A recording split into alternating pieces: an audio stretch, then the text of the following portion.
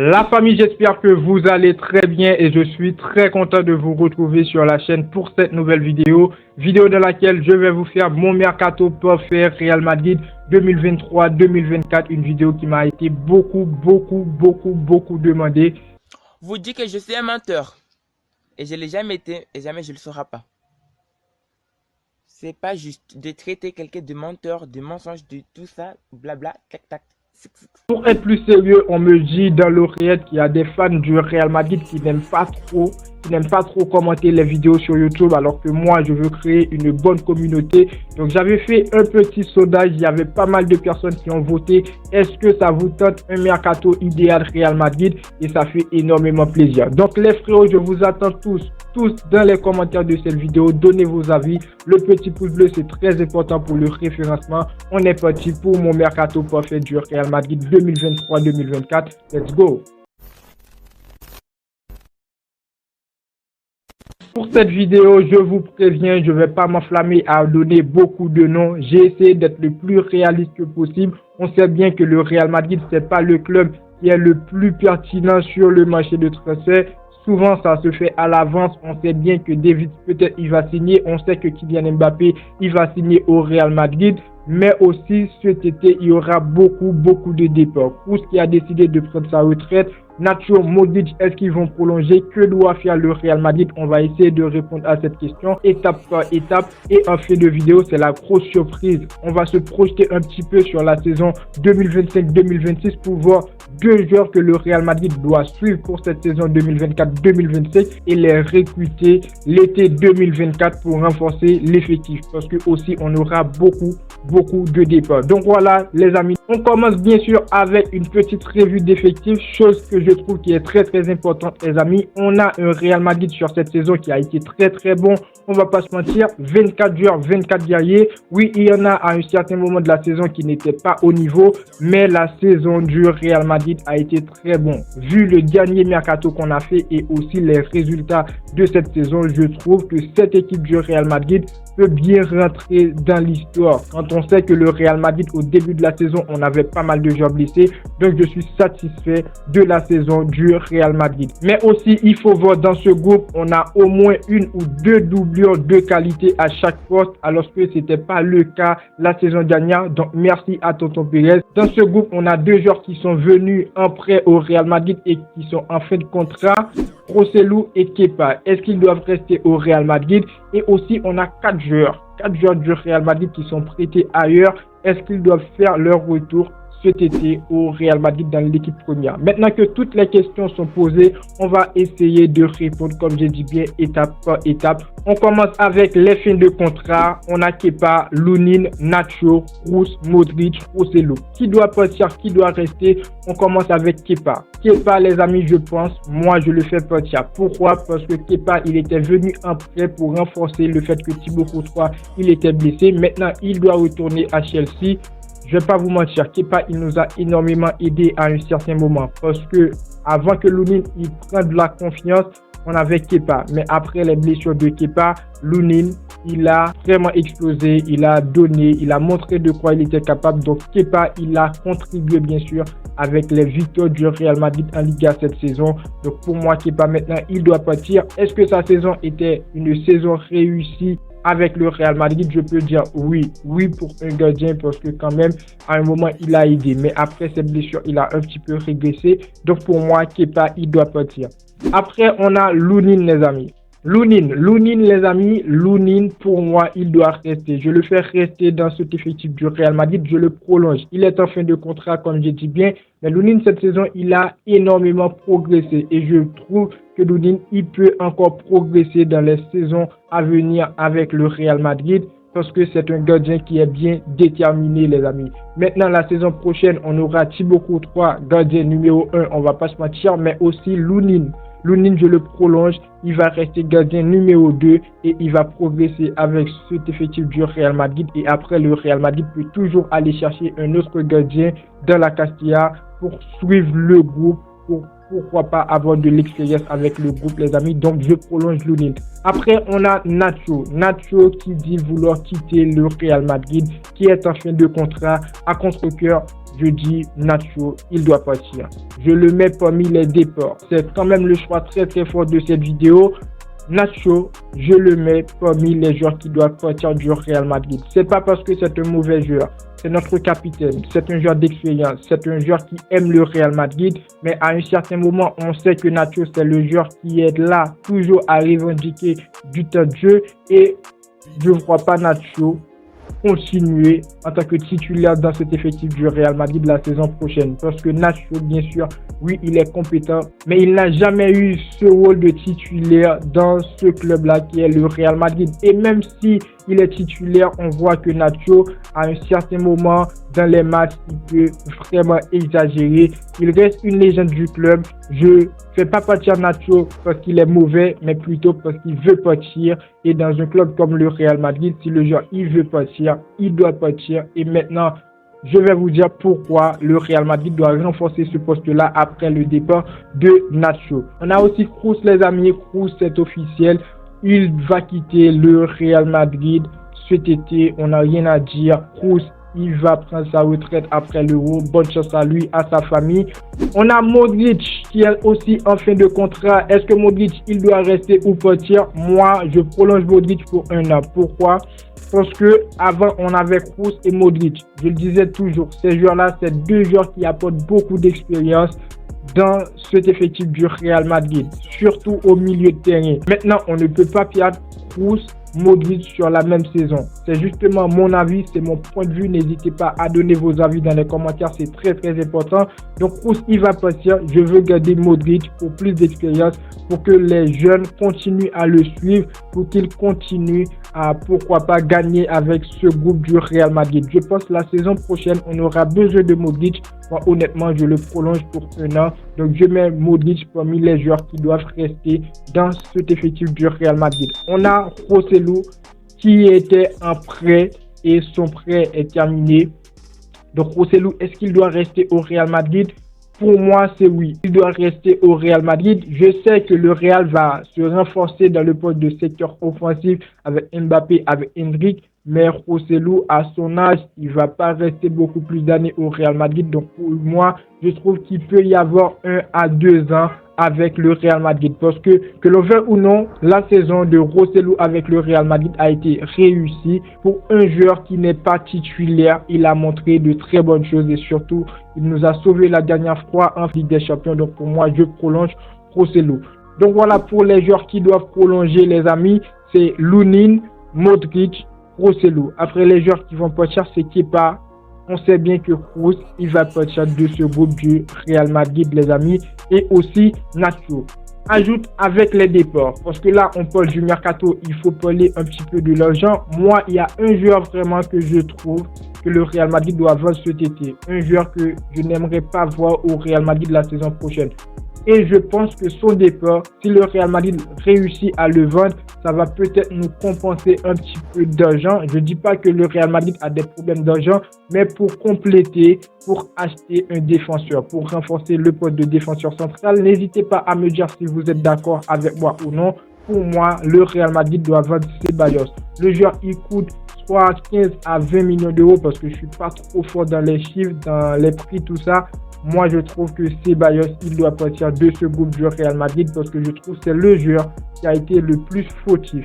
Malgré cette saison, on a eu un Real Madrid avec des joueurs de très très bonne qualité. Mais au final, je trouve que Ceballos, c'était le joueur fautif. Au milieu de terrain du Real Madrid, aujourd'hui, on a beaucoup de personnes.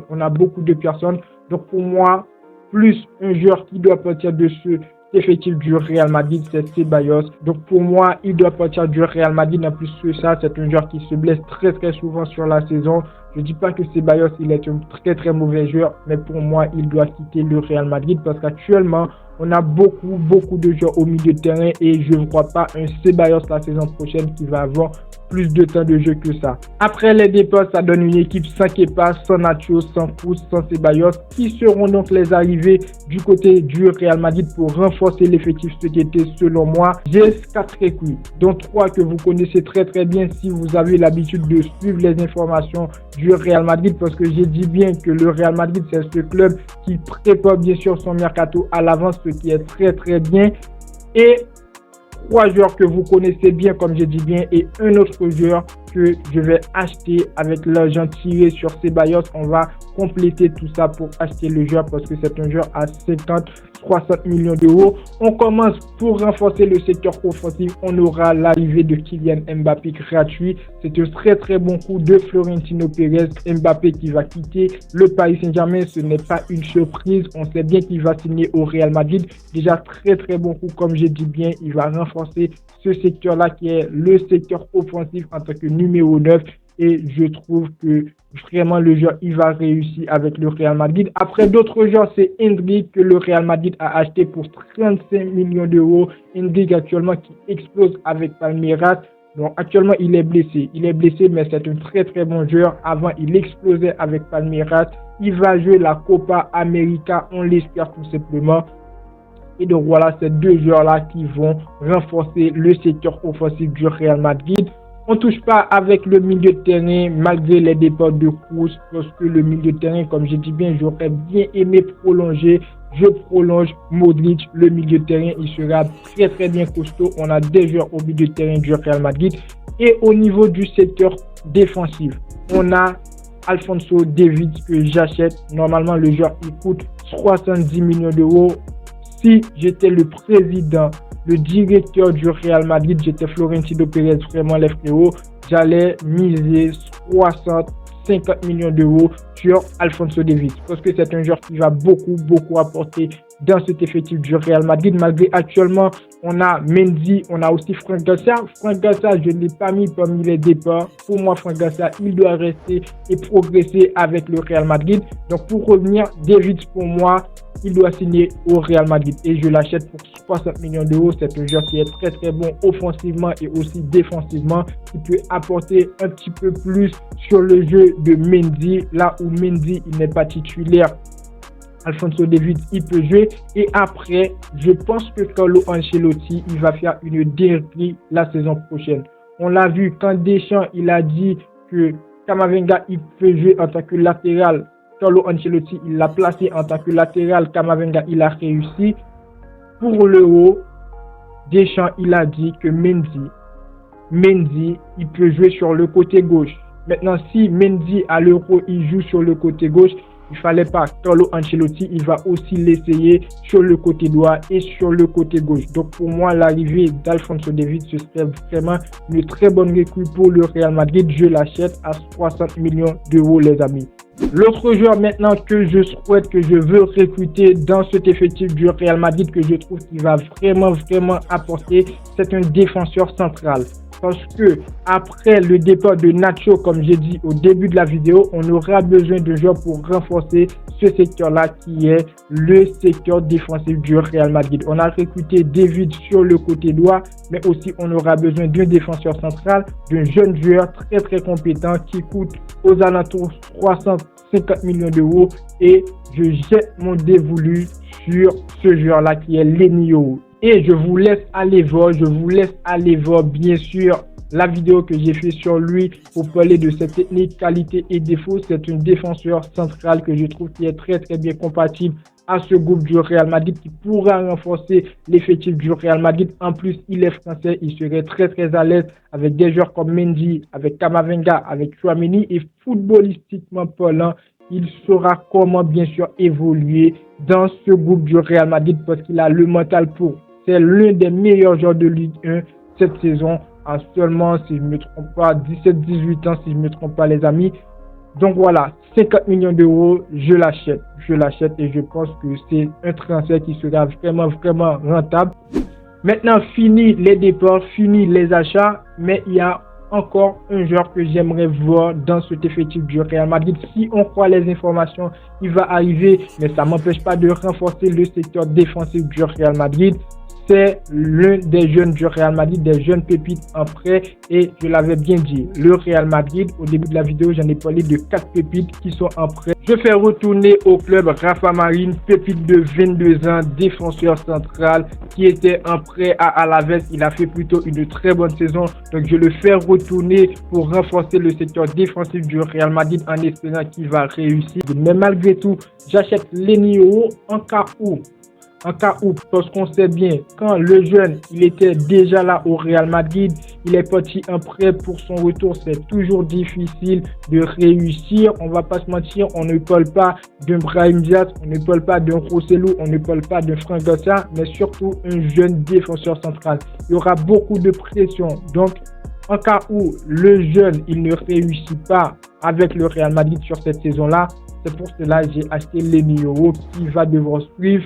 Rudiger, Militao, j'espère bien sûr qu'il va retourner à son meilleur niveau et aussi à la base s'il ne blesse pas. Donc voilà, on a parlé de départ et arrivée. On reste donc avec ce groupe que je trouve qui est très très bien costaud les amis, qui peut jouer sur plusieurs systèmes avec surtout l'arrivée de Kylian Mbappé comme doublure. On a Hendrick, on a des joueurs comme Vinicius, comme Rodrigo qui a doublure, Brahim Diaz.